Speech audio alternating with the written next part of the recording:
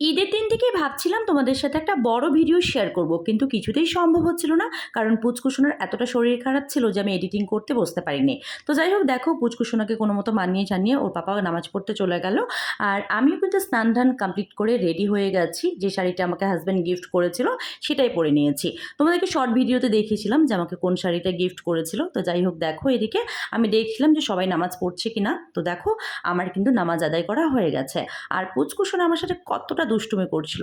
তো তারপরে আমরা ব্রেকফাস্ট করে নিলাম। ব্রেকফাস্টে আজকে হয়েছিল লুচি আর হয়েছিল পায়েস। তারপরে ডিপ ফ্রিজটা চালিয়ে দিলাম আর লেবু কেটে দিয়ে দিয়েছি, যাতে করে যেহেতু নতুন ফ্রিজ সমস্ত গন্ধ চলে যাবে।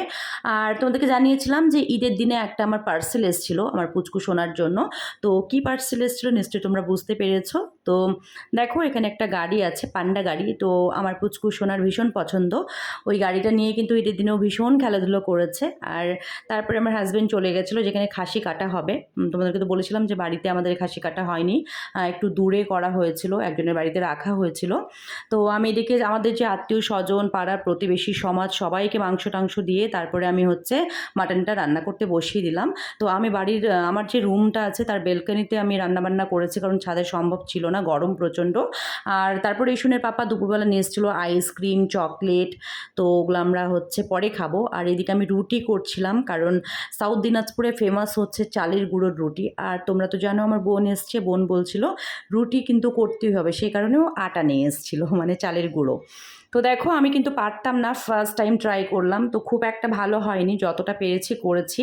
তো যাই হোক, কেমন হয়েছে চালের রুটিটা তোমরা কিন্তু জানিও।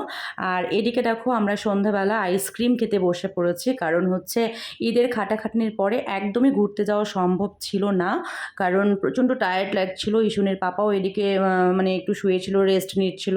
আর এদিকে আমারও কিছু কাজ ছিল। তো সব কিছু কমপ্লিট করে সন্ধ্যাবেলা বসে পড়লাম আমরা আইসক্রিম খেতে। তো ওর মাসিনের সাথে সাথে কিন্তু আমার পুচকু সোনাও বাটিতে করে তুলে দিচ্ছে আইসক্রিম।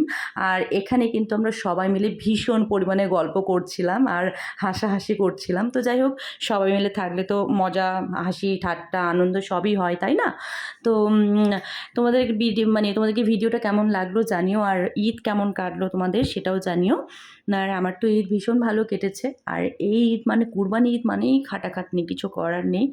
আর তারপরে কাল থেকে দেখব কিছু করা যায় নাকি, ঘুরতে টুরতে যাওয়া যায় নাকি। তো যদি আমরা ঘুরতে যাই সেই ভিডিওটা তোমাদের সাথে অবশ্যই শেয়ার করব। তো আজকের মতো ভিডিও এতটুকুই। আমার ভিডিওগুলো ভালো লেগে থাকলে লাইক কমেন্ট শেয়ার করে দিও, আর আমার চ্যানেলটিকে একটা সাবস্ক্রাইব করে দিও। বাই, টাটা, ভালো থেকো।